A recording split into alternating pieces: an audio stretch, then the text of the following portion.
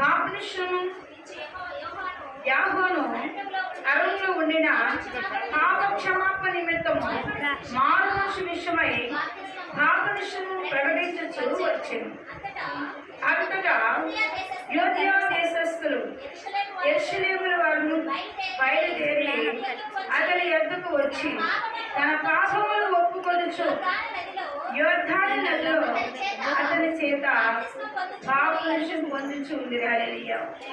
చూడండి, యోహాను గారు యేసుక్రీస్తుని గురించి మరి ఆయన ముందుగానే యోర్దాను నదిలో 1 ఇంచు మంచులో 3000 ఇంచు మంచి జలమట. ఒక్కసారి అక్కడ రక్షణ పొందిన వారు ఉన్నారు. రక్షణ అంటే ఏంటి? రక్షణ లేని వారి పరిస్థితి ఏమిటి? రక్షణ ఉన్నవారు ఎలా ఉంటారు? చూడండి, వాక్యం సెలవిస్తుంది, ఒకేసారి పొందుకున్న వారికి వీరు యేసుక్రీస్తును అనగా యోహానుగా నెమరించారు కానీ పరిశుద్ధాత్మను గురించి తెలియదు. పరిశుద్ధాత్మ సందేశాలు తెలియదు. ప్రభు మాట్లాడతారని కూడా తెలియదు. ఎందుకు అంటే యోహాను గారు ఏమంటున్నారు తెలుసా?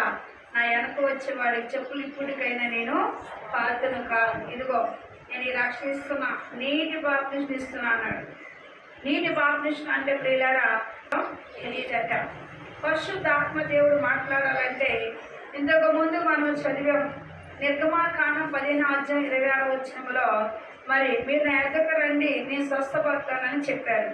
అప్పుడు కూడా ఎవరితో మాట్లాడాడు దేవుడు అంటే ప్రవక్తలతో తప్ప అన్ని జనాంగములతో మాట్లాడలేదు. ఇక్కడ యోహాను గారు సువార్త చేస్తున్నప్పుడు కూడా ఈయన కూడా చెప్తున్నాడు, ప్రభు మాట్లాడాలి అంటే ఆయన చెప్పులు ఇప్పటికని కూడా పాత్రను కాదంటున్నాడు. అందుకే ఇక్కడ రక్షణ పొందిన వారి గురించి కొన్ని అంశాలు ఉన్నాయి. ఏంటి అనగా రక్షించబడిన వాడు లోకంలోనే కాదు పరలోకంలో కూడా పన్నులట. పరలోక రాజ్యముల వాసులట వాళ్ళు. ఇక్కడ ఏదైతే స్వాధికం చేసుకుంటున్నారో పరలోక రాజ్యంలో కూడా అది స్వాధికులై ఉన్నారంట. తండ్రి అన్ని హక్కులు తన బిడ్డలకు ఇచ్చి ఉన్నాడు. భూమి మీద రక్షించబడ్డ వారు నెల సన్నిధి చేస్తున్నప్పుడు, నెల సన్నిధిలోకి వచ్చినప్పుడు అయ్యో ఈ నెల తీసుకోబడి ఏమవుతుంది అంటే పిల్లరా మీ ఫలాలు పోతాయి. మనము లాస్ట్ ప్రకటన గ్రంథంలో మనకు కనబడుతుంది 22 ఆశ్చర్యము 5 వచనాలు అక్కడ చూడండి. జీవవృక్షం ఉండను, అవి నెలలా ఫలించుచు. చాలు చూడండి, అవి నెల ఎలా ఇస్తుందంట? 12 కాపులు వస్తుంట. రక్షణ పొందేవాడు శరీరక్తాలు చాలా ముఖ్యమైనవి. లేకపోతేనంట పిల్లరా దష్టపడేస్తారంట. రక్షించబడి వాగ్దానం బట్టి అయ్యా ఎల్లపైన పడలా ఈ నెల ఏం కాదు అనేది కాదు. ఇది భూమి మీద ఉన్న శరీరానికి ఎంత బాగా ఆరోగ్యం ఇస్తుందో అలాగే పరలోక రాజ్యం వెళ్ళినప్పుడు కూడా ఆ రాజ్యంలో స్థిరమైన వారిగా ఉండడానికి కూడా ఇది అంశమైనది. అందుకే యేసుక్రీస్తు వాడు ఇక్కడ ఎలా ఫలిస్తారని చెప్తున్నారు ప్రకటన గ్రంథంలో. యోహాను గారు రాస్తారు 12 ఏళ్ళు 12 కాపులుగా ఆయన ఈ భూమి మీద ఉండి ఎలా ఉంటారని యోహాను గారు 15:10 నిజమైన ద్రాక్ష వలని మీరు తీగులు ఫలించాలి, మీరు నాలో ఉంటేనే తప్ప జరగదనేది ఎలా చేస్తారు? ఎవరి దగ్గర నిలిచి ఉంటారో వారు ఏం చేస్తారట? బహుగా ఫలిస్తారు. పశువులందే కానీ, గొర్రెలందే కానీ, పంటలందే కానీ, వాహనాలందే కానీ, ఉద్యోగాలందే కానీ, గర్భఫలందే కానీ వారు ఎలా అంటే బహువుగా ఫలిస్తారు. ఎందుకంటే ఆయన మాటలు అక్కడ నిలిచిపోయాయి. యోర్దాను నదిలో ఇస్తున్నా. ఇక యోహాను గారు అదే మాట అంటున్నారు, నేను నీటి బాప్తిస్మం మీకు ఇస్తున్నా. మీరు ఇప్పుడు ఇక్కడ వచ్చేవాడు చెప్పులు ఇప్పుడుకొని నేను పాత్రలు కాలంటున్నాడు. కారణం ఏంటి ప్రియులారా? యేసుక్రీస్తు వారి కంటే 6 నెలల ముందు మాత్రమే యోహాను గారిని పుట్టించాడు. ఈ యోహాను గారు తొలిగట్టి గలవాడు. ఎలాంటి వాడు చదవండి.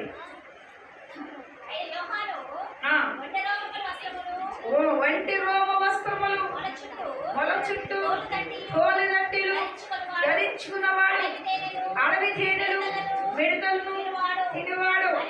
మరొకడు నాకంటే శక్తిమంతుడు నా వెనక వచ్చుచున్నాడు, ఆయనకు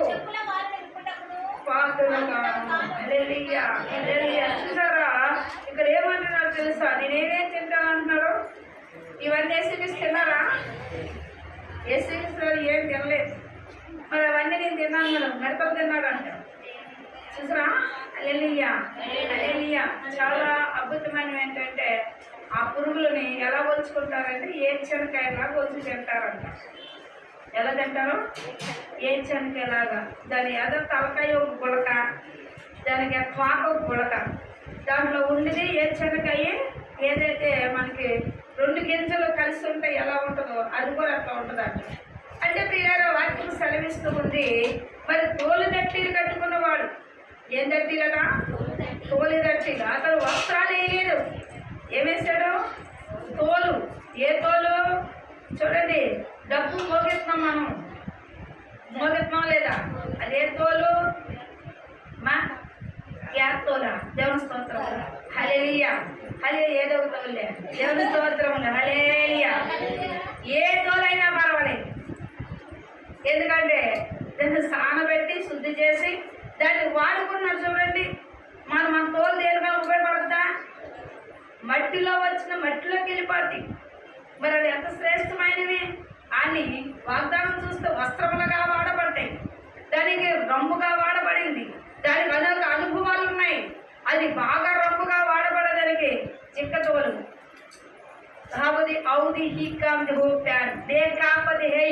వాటిలన్నిటికీ మన చేతికి అందజేస్తాడు దేవుడు. మనం దేన్నైనా వాడుకోవచ్చు, దేని విధంగా వాడుకోవచ్చు. కానీ మనకేం తెలియదంటే మనమే తప్ప ఇంకెవరు దేని గురించి మనకే తెలియదు. అందుకే యాహోవా గారు ఏం కట్టబడ్డారు అంటే ఆయన తోలిదట్టాలు కట్టి ఉన్నవాడు, వస్త్రం మొదలుకొని తోలిదట్టీలను ధరించుకున్నవాడు, అడవి తేనెలను మిడతలను తినవాడు. తేనె అంత జురిస్తే చాలా జ్ఞానం కలదట.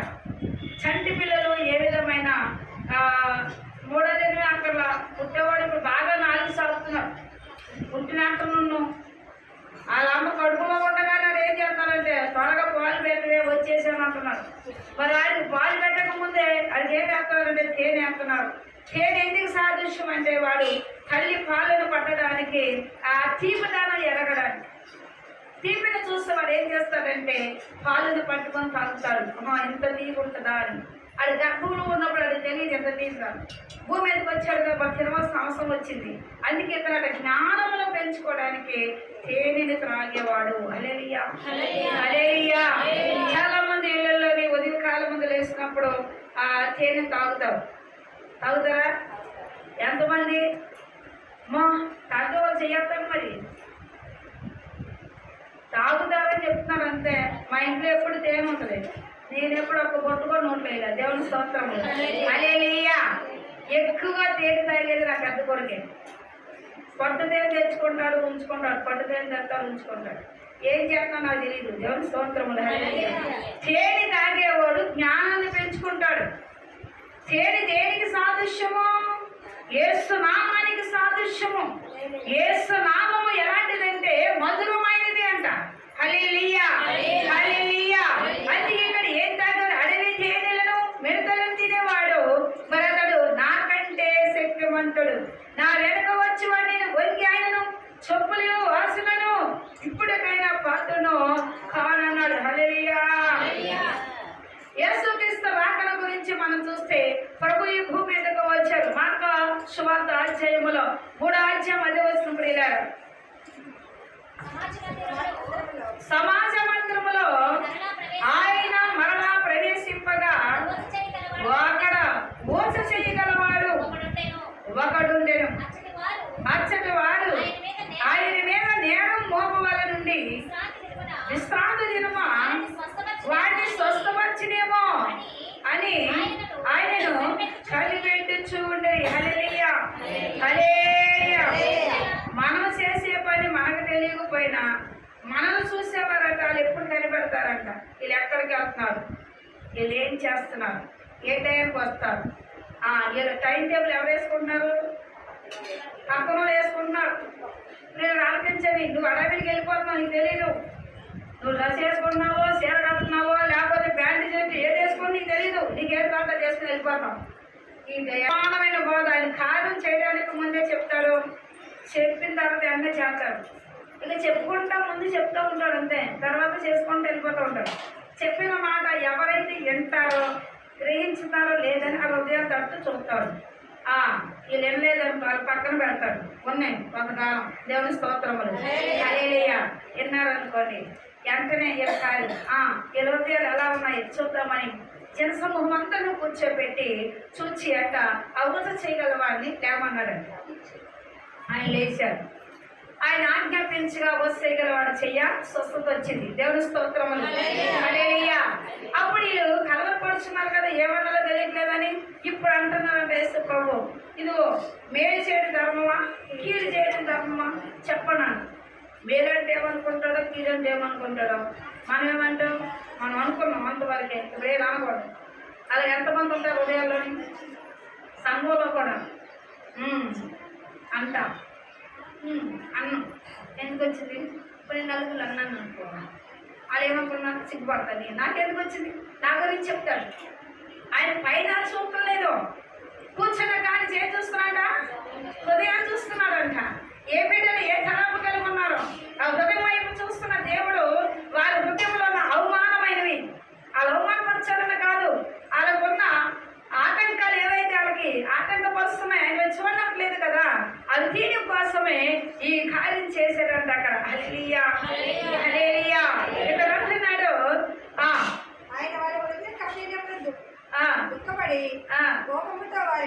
ఆయన వారి హృదయమును కఠినమును దుఃఖపడి కోపముతో వారిని కళ్ళ చూసి చెయ్యి చాపమని మనుషులతో చెప్పాను. వాడు తన చెయ్యి చాపగా బాగుపడిను. పరిచాయకులు ఎలుబెలకు పోయి వెంటనే హేరోదీయులతో హల్లెలూయా. నువ్వు కుట్ర చేద్దాం ఆలోచన ముందే చేస్తే ఆయన నీ హృదయం ఎరిగినోడు కదా, నీ కుట్ర నీ మీదకి వెళ్ళాడు చేస్తారని. హల్లెలూయా హల్లెలూయా. అందుకే అన్నాడు యేసుక్రీస్తు వారైన యేసునామం ఎరిగిన పిల్లల మీద ఏముండకూడదు, కుట్రలు ఉండకూడదు. కుట్ర చేయాల్సిన అవసరం లేదు. ఎందుకంటే నీ తండ్రి నీ పక్షముకు ఉన్నాడు, నీ పక్షముకు ఆయన న్యాయకర్త నిలబడి ఉన్నాడు. ఎక్కడ అన్యాయం అవుతుందని ఏం చేస్తారంట, కత్తిరించుడు కట్ చేస్తారంట. నేను అంటా ఉన్నాను కానీ దానికి నా మాట ఏమి లెక్కలేదు అంటారు. దేవుని స్తోత్రం హల్లెలూయా. ఆలోచించండి, ఎందుకు ఆ మాట అంటే యేసుక్రీస్తు వారికి దుఃఖం వచ్చింది. వాళ్ళు ఆలోచించిన ఆలోచన వాళ్ళ హృదయాలు చూసేసరికి యేసు ప్రభు వారికే దుఃఖం కలిగింది. పరిశుద్ధాత్మ దేవుడికి ఎప్పుడు దుఃఖించకూడదు. పరిశుద్ధాత్మ దేవుడు ఎప్పుడైతే సంతోషంగా ఉంటాడో మీరు సంతోషంగా ఉంటారు. పరిశుద్ధాత్మ ఎప్పుడైతే దుఃఖపడుతున్నారో మీ ఇంటికి శోధనలు బయలుదేరిపోతాయి. హల్లెలూయా హల్లెలూయా. అందుకే ఇక్కడ చూస్తే ప్రియులారా ఈయన అంటున్నాడు సముద్రం వద్దకు వెళ్ళగా గలీల నుండి వచ్చిన గొప్ప జనసమూహము ఆయనని వెంబడించెను. మరియు ఆయన ఇన్ని గొప్ప కార్యములు చేయించున్నాడని విని జనులు యూదయ నుండి యెరూషలేము నుండి యూదయము నుండి యోర్దాను అవతల నుండి తూరు సీదోను అనే పట్టణ ప్రాంతముల నుండి ఆయన ఎదుకు గుంపులుగా వచ్చింది. హల్లెలూయా హల్లెలూయా. ఆయన దగ్గర రావాలంటే ఒక్కరొక్కరు రాయాలి. మన గుడి వాళ్ళు భోజనం వండించుకున్నారు, ఎవరు వస్తారు వాన పడుకుంటారు. ఎవరు వస్తారంటే ఏసయ్య అన్నారు, వస్తారు ఇవాళ తీసుకొస్తాను చూడాలి. దేవుని స్తోత్రం హల్లెలూయా. మళ్ళీ వండించుకున్నారు, చప్పగా కూర్చున్నారు, ప్రార్థన చేసుకున్నారు, గుంపు వచ్చారు. హల్లెలూయా. చప్పగా ఎవరు చెప్పకుండా వెళ్ళి గ్యాస్ మీద తీసుకున్నారు బియ్యం. హల్లెలూయా. అనిపించడం ఎలా వస్తున్నారట, ప్రభువు దగ్గరకు వచ్చాడు ఒక్కరు రారట, గుంపులుగా వస్తారట. ఎందుకంటే అద్భుతకారుడు, ఆలోచనకర్త, నిశ్చయకర్త, సమాధానకర్త కాబట్టి ఆయన ఏదన్నా చేయగల సమర్థుడు కాబట్టి ఆయన చేయదగిన వాడని హృదయంలో ఎరిగిన దేవుడు వాళ్ళ ఎదుర కట్టడం కోసమే వారు గుంపులు కూడా వచ్చారట. ఆ గుంపులు చూస్తున్న వారు అందరూ పక్క దేశాల వారు అందరూ కూడా బయలుదేరి వచ్చేసారు. చూడండి, రోగాలు ఎక్కడ బాగుంటుందంటే అక్కడికి వస్తారు రాగా. హల్లెలూయా హల్లెలూయా. ఎంత బాగుండు కుమారుడు వచ్చాడు, అది సాక్ష్యం చెప్పాడు. అయ్యగారు అంట వాళ్ళ ఇంటికి వెళ్తా ఉండేవారు, వెళ్తారు, ఇప్పుడు కూడా వెళ్తారు. మన పొలం పక్కన వాళ్ళు చిన్న ధోని చాలన్నారు ప్రభు. శిష్యులు 12 మంది ఎమ్మడా ఇస్తున్నారు కానీ వాళ్ళ అధికారం కావాలి అంటే నమ్మకమైన వాళ్ళకి ఎత్తారు. అందరూ చేయలేరు, అందరూ స్వస్థపరచరు, అందరూ దెయ్యాలు ఎలగొట్టలేరు. పాస్టర్లే అంటే పాస్టర్ చంద్రసూర్యులు అనుకోకూడదు. ఎందుకంటే వారికి ఇచ్చిన తలంతును బట్టి వారు చేస్తున్నారు. మరి దాన్ని బట్టి ఇక్కడ 12 మంది ఏర్పరిచిన వారు కూడా ఆయన ధోనిలో కూర్చోపెట్టుకొని వెళ్ళొచ్చు ప్రయాణం చేస్తువారంట. ఎవరైతే ఒంటరిగా ఉంటారో ఆ ఒంటరిగా ఉన్నప్పుడు అన్ని విషయాలు చెప్తారంట ప్రభు. జనసమూహముల కంటే ఒంటరిగా ఉండి ప్రార్థన చేసి ప్రభుని అడుగుతూ ఉంటే ఆయన ఏది అడిగినా కూడా అది అలా చెప్తూ ఉంటాడంట. అందుకే శిష్యులు చూడండి, దేవుని స్తోత్రములు. హల్లెలూయా. శిశువులతో చెప్పును ఆయన అనేకులు స్వస్థపరచును కనుక రోగ పీడితులైన వారందరూ ఆయనను ముట్టుకోవాలని ఆయన మీద పడుచు ఉండిరి. హల్లెలూయా, హల్లెలూయా. ఆయన హస్తం సాపు ముట్టడము కాదు, ఆయన హస్తం సాపు ముట్టడము కాదు. మేమెళ్ళి ముట్టుకుంటే చాలు మా రోగాలు లయమైపోతాయి, మేమెళ్ళి అంటుకుంటే చాలు మా రక్తదారులు ఆగిపోతాయని గుంపులు కూడి వచ్చారంట. ప్రభు దగ్గరకు వచ్చిన వారు ఎంత నమ్మకంగా వచ్చారో ఆయన శంకు వస్త్రము తాగితే చాలట. హల్లెలూయా, హల్లెలూయా. అందుకే ఇక్కడ ప్రభువు నడుస్తున్న నడకల గురించి ఆ శిష్యులతో దేవుడు మరి ఇక్కడ యేసు ప్రభు చెబుతున్న మాట మనం జ్ఞాపకం చేసుకున్నాం. 12వ వచనం. అపవిత్రాత్మకు పట్టిన వారు ఆయనను చూడగానే ఆయన ఎదుట సాగిలపడి నీవు దేవుని కుమారుడు అని చెప్పుచూ కేకలు వేసిరి. హల్లెలూయా, హల్లెలూయా. దెయ్యం యేసు ప్రభువును చూస్తున్నప్పుడు వణుకుద్దంట, పాటలు పాడినప్పుడు ఏడుతుందంట. ఆలోచించండి, కొన్ని భాషలు మాట్లాడుతుందంట. యేసు ప్రభువును చూస్తున్నప్పుడు మన గురువాళ్ళ మాట్లాడుతుంది. ఏంటనుకున్నావా, ఏంటో చెప్పేస్తున్నావా, నాకు తెలియదు అనుకున్నావా అంతే. నీకు తెలుసో చూస్తే ముసల ముద్ద చచ్చిపోయింది, దేవుడు నమ్మి అది ఎక్కడికి పోలేదు అంటే రక్షణ పొందలేదు. దాని వ్యాధిని స్వస్థపడతాను ఏసై దగ్గరికి వెళ్ళింది, కానీ ఏసై దగ్గర రక్షణ పొందేంత సామర్థ్యం లేదు. అది వస్తూ ఉండగా యాక్సిడెంట్ అయ్యింది, చనిపోయిన ఆత్మ ఎక్కడికి వెళ్ళలేదు, పరలోకి వెళ్ళలేదు. ఇప్పుడు ఎవరు పట్టుకుంది, పట్టుకొని ఏం చేస్తుంది, హే నేనంటే ఏంటి అంటుంది. హల్లెలూయా, హల్లెలూయా. అమ్మ అయ్యా నేను చచ్చిపోవాలి, ఇప్పుడు ఏం చేయను అన్నాను. ఎదురు పాడుకోవాలి. హల్లెలూయా. ఆలోచించండి పిల్లరా, దేవుడు మన పక్షం ఉన్నప్పుడు ఏ దెయ్యం మనది, ఆ దెయ్యం ప్రభువును చూస్తే వనకాలి. ఇక్కడ ప్రభువును చూస్తే అపవిత్ర ఆత్మలు పట్టిన వారు, రోగాలు ఉన్నవారు ఇక్కడ చూస్తాంట వణుకుతూ ఉన్నారంట. ఒక్కొక్కరు ఆటపాడుతున్న గడగడ వణిపోతారు. ఆత్మ దిగిపోయిందేమో వాళ్ళ మీద అనుకుంటాం. ఆత్మ కాదు, ఇదిగో నేనున్నాను కాబట్టి పాట అవసరం లేదు. ఒక్కొక్కరు పాట పాడుతుంటే బెక్ బెక్ బెక్ బెక్ ఏడుతారు. అదేనా పరిశుద్ధాత్మ, దెయ్యం నేనున్నానని చెప్పడానికి. అందుకే వాక్యము సెలవిస్తుంది ప్రియులారా, అనేకులు స్వస్థపరిచిన రోగులు పీడితులైన వారు ఆయన ముట్టుకోవాలని ఆయన మీద పడుచు ఉండని అపవిత్రాత్మ పట్టిన వాడు ఆయన చూడగా ఆయన ఎదుట సాగిలపడి నీవు దేవుని కుమారుడని చెప్పుటకు కేకలు వేసిన తనను ప్రతిజ్ఞ చేయడం వద్దని ఆయన వారికి ఖండితముగా హల్లెలూయా, హల్లెలూయా. నా గురించి పెద్ద కేకలు ఇవ్వాల్సిన అవసరం ఏమి లేదు, నేను పరిచయం చేస్తున్నాను కదా అన్నాడంట. నువ్వేం చేస్తున్నాంట, నువ్వు నాకు తెలుసు, నువ్వు నజరేయునవా, యేసువే, దేవుని కుమారుడే. చూడండి, కాశీగూడలో కావుడు వచ్చింది, మీ అక్క దగ్గర వచ్చింది కదా, గమాలేలు ఆవిడి. ఆవిడ పట్టుకున్న అపవాది ఎట్లా ఉంటుంది అంటే రూపం చెప్తాను మీకు, ఏనుగు సారూపంలో ఉంటుంది. ఆ అమ్మాయిని పట్టుకున్న ఆత్మ ఏనుగు సారూపంలో ఉంటుంది. అంటే ఏనుగుకి ఎంత బలం ఉంటుంది ఆలోచించరా, అంత బలంగా అన్నమాట. దాన్ని నడిపించేవాడి దగ్గరికి వెళ్ళాలి అంటే గట్టిగా ప్రార్థన చేసేవాడై ఉండాలి. మరి అక్కడికి వాళ్ళు రాగలిగారా? చూడండి, 4 పాటలు 3 పాటలు పోయించుకున్నాక ఏం చేసిందంటే, వద్దొద్దు కుమారుడు అక్కడికి వెళ్ళకో, ఇంకోసారికి వెళ్ళిపోదాం అన్నమాట. దేవుని స్తోత్రములు, హల్లెలూయా. ఎందుకంటే నేను అగ్గనరా, నేను ఎక్కడే ఉంటానో బాగా చూసుకుంటాను అన్నమాట. దేవుని స్తోత్రం, హల్లెలూయా. దెయ్యాలు పట్టణానికి చాలా మంది ఏం చేస్తారు తెలుసా, అది ఏమడితే అది పెడతా ఉంటారు. పెట్టరా పొంగు వచ్చినా కూడా పెడతారు. పొంగు దేని సాదృశ్యం, ఇప్పుడు చెప్పండి అమ్మా, మిమ్మల్ని అడుగుతున్నాడు. పొంగు దేని సాదృశ్యం? మీకు తెలియదు ఎవరికే? అమ్మవారు, దానికి ఒక పేరు, దేవుని స్తోత్రం, హల్లెలూయా. అది సాతాను, అది సాతాను. దాని సారూపం ఏంటంటే తలకాయ నుంచి సిరి పాదాల దాకా దాని గొప్పలే. అది ఎవరిని తాకిందో ఆ తాకిన మట్టుకు అన్నీ ఉంటాయి. మరి భయించాక కళ్ళు అంటారు, భయించాకమ్మా అదేం తింటుందో కానివ్వండి కానివ్వండి, ఏం కావాలో తినంటే అది అంటది ఏది కావాలని తింటానండి. హల్లెలూయా, హల్లెలూయా. సాతాను ఎల్లగొట్టే సామర్థ్యత కలిగిన నీవు దాన్ని నిలబట్టాలే తప్ప దాన్ని తిండి పెట్టకూడదు. ఏం పెట్టకూడదు? తిండి పెట్టకూడదు. అప్పుడు నువ్వు ఎవరు పోషించినట్టు? దెయ్యాన్ని పోషించినట్టే కదా. అందుకే ఇక్కడ రాయబడిన మాట వాక్యము సెలవిస్తుంది ప్రియులారా. ఆయన ఏమంటారు? నన్ను ప్రసిద్ధిగా ఆంచుకో, చేత కేకలేసి నాదే యేసు అన్న చెప్పగలరా? నువ్వు చెప్పకపోయినది నీ భూమి మీదకి సృష్టి స్థాపించుకున్న వాడిని నేను వచ్చి ఉన్నాను, నువ్వు నా గురించి నేను చెప్పగలను.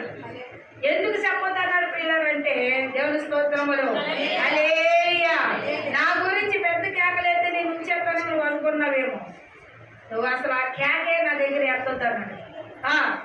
ఆయన కొండెక్కి నాకు ఇష్టమైన వారిని పిలవగా వారు ఆయన దగ్గరకు వచ్చిరి. వారు తనతో కూడా ఉండినట్లను దయ్యములను వెళ్ళగొట్టు అధికారం గలవారే సువార్త ప్రకటించుటకును వారిని పంపవలెనని ఆయన 12 మందిని నియమించెను. హల్లెలూయా, హల్లెలూయా. 12 మంది శిష్యులు ఎవరైతే ఉన్నారో వారిని ఎవరైతే బలంగా యేసుక్రీస్తు వారు ఏర్పరుచుకున్నారో భూమి మీద చేయవలసిన కార్యాలు, పరలోక రాజ్యంలో వచ్చిన వరాలు ఆయనకు అనుగ్రహించారట. హల్లెలూయా, హల్లెలూయా. మీరు కూడా నా పేరట వెళ్ళి అనేక మందిని స్వస్థపరచండి, ఎలాంటి అన్నారండి. ఇలా ఆలకించాలి. కృప అంటే ఎలాంటిది? కృప అంటే ఎలాంటిది? అయ్యా నాకు అధికారులు ఇదికాలను అడగకుండా దేవుడు కృపను బట్టి బలపడతాను ఎప్పుడైతే అనుకుంటారో అది ఇచ్చిన తర్వాత ఇది కూడా ఇస్తాను. హల్లెలూయా. నీకు అది పెరుగుద్ది, ఇది పెరుగుద్ది. ఏది పెరుగుద్ది? ఇప్పుడు చెప్పాలి. కృపలో బలపడుచుంటావు, అనేక అద్భుతాలు నీకు వరాడిస్తాడు. అలాగే నేను నడిపిస్తూ ఉన్నప్పుడు నీ యొక్క ఇంటిలో ఆద్యాహము తీసివేస్తాడు, నేను తలగా ఉంచుతాడు, స్వాగగా అసలు ఉంచనే ఉంచడు. దేవుని స్తోత్రములు, హల్లెలూయా, హల్లెలూయా. ఆయన కావాలని వాళ్ళని ఎంపిక చేసుకుంటాడు. ఆయన ఎవరు కావాలనుకున్నాడు వాళ్ళని ఎంపిక చేస్తే 12 మంది అక్కడ ఏర్పరిచాడు, బలమైన వారిగా ఉంచాడు. మీరిద్దరు చొప్పున గ్రామాలకు వెళ్ళండి, స్వార్థ చేయమన్నాడు. అందుకే ఇక్కడ చెప్తూ ఉన్నారు యేసుప్రభువు వారు, వచ్చి వారితో కూడా ఉన్నట్లును దెయ్యములు వెళ్ళగొట్టను అధికారులైన సువార్త ప్రకటించిన వారిని పంపవాలని ఆయన 12 మందిని నియమించను. వారెవరనగా ఆయన పేతురును, పేరు పెట్టి సీమోను, యాకోబు అతని సహోదరుడు యోహాను, వీరిద్దరికి ఆయన బోయ నెర్గేసను పేరు పెట్టెను. హల్లెలూయా, హల్లెలూయా, హల్లెలూయా. 12 మందిలో ఉన్న ఎవరు హృదయమో దేవుడి మీద ఆనుకుంటుందో హర్షించడం మొదలు పెట్టాడంట. నువ్వు ఆలోచించరా? హృదయం పరీక్షించినప్పుడు దేవుడు మా తలంపులు ఎలా ఉంటాయంటే దేవుడు యొక్క కార్యములు చేసినట్లు ఉంటాయి. హల్లెలూయా. అందుకే యేసుక్రీస్తు వారు వారికి పేర్లు మార్చిపెట్టిరి. పేర్లు మార్చిపెట్టడమే కాదు, వాళ్ళు బలపరచడం మొదలు పెట్టిరి. వారికి అధికారం ఏమి ఇచ్చి ఉన్నారంటే ఎలనా కానీ దెయ్యం ఎలబట్టలేదు. హల్లెలూయా, హల్లెలూయా. అందుకే వాక్యం సెలవిస్తుంది ప్రియులారా. ఉరిమిడి వారిని అర్థము ఆంద్రేయ, ఫిలిప్పు, మత్తయి, తోమా, అల్ఫయు కుమారుడగు యాకోబు, సద్దయి, అనానీయుడైన సీమోను, ఆయనను అప్పగించిన ఇస్కరియోతు, యూదా అను వారు. ఇంతమంది, ఈ 12 మంది యేసుక్రీస్తు వారు శిష్యులు. మరి శిష్యులైన వారికి ఆయన కృప ఇచ్చాడు, బలపరిచాడు, నూతన ఆత్మతో నింపాడు. వారికి ఏదైనా వస్తే వెనక తప్పును చూసుకుంటున్నారు, ముందు నేను నడిపిస్తూ ఉన్నారు.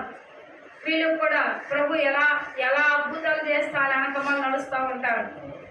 అద్భుతం పట్ల దేవుడు ఎక్కడికైనా వెంటనే తీసుకెళ్ళాడు అనుకోండి, ఆలకించండి. వారి ఇంటిలో ఉన్న సంగతి ఏదైనా సరే ముందు ఆ పిల్లలకు తెలియపరుస్తాడు.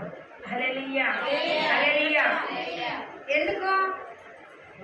తన పిల్లలు ఆశ కలిగి ఉన్నారు కదా, వారు వారు ఆ కార్యాలు చేయడానికి ఆ సూచనగా వారు ఎవరు బలపడుతున్నారు, ఎవరు వస్తారు. హల్లెలూయా. అందుకే 7 ఎంపిక చేసి బస్ వేసినప్పుడు ఏ ఇంటిలో వెళ్తే మనం నిలుచున్నప్పుడు ముందుగా పిల్లలకు చూపించేవాడు. ఆ 7 బలమైన వాళ్ళ బలహీనులా? వేసి నమ్మడించిన వారు బలమైన వాళ్ళు కదా. మరి బలమైన వాళ్ళు కృప ఇచ్చినప్పుడు కృప పొందుకున్న వారికి ఆర్థిక సహాయం ఉంటుందా ఉండదా? ఉంటుందా? మరి ఉన్నప్పుడు హెచ్చించబడాలా, హెచ్చించబడరా? మా ధనాలు ఎక్కడ కనబడాలి? మందిరంలో కనబడాలి. కనబడాలంటే భాష లేదు అంటున్నాడు. 7 ఎంపిక చేశారు కదా, నీ భాషలు ఎత్తా అన్నాడు. మరి భాష లేవి ఎందుకు లేవు అనటానికి ఈ 12 మందిలో ఏర్పరిచిన వారిలో ఒక్కొక్కరికి ఒక పేరు నియమించాడు. ఆ నియమకంలో నిలబడిన వారిని బలపరచడానికి ప్రభు చెప్పారు. ఎప్పుడైతే చెప్పారో ఇచ్చేసారని అర్థం. ఆలకించండి, ఎప్పుడో ఇస్తారని కాదు, ఎప్పుడు ప్రభు ప్రవశించారో అప్పుడే మీరు బలమైన వారు. హల్లెలూయా.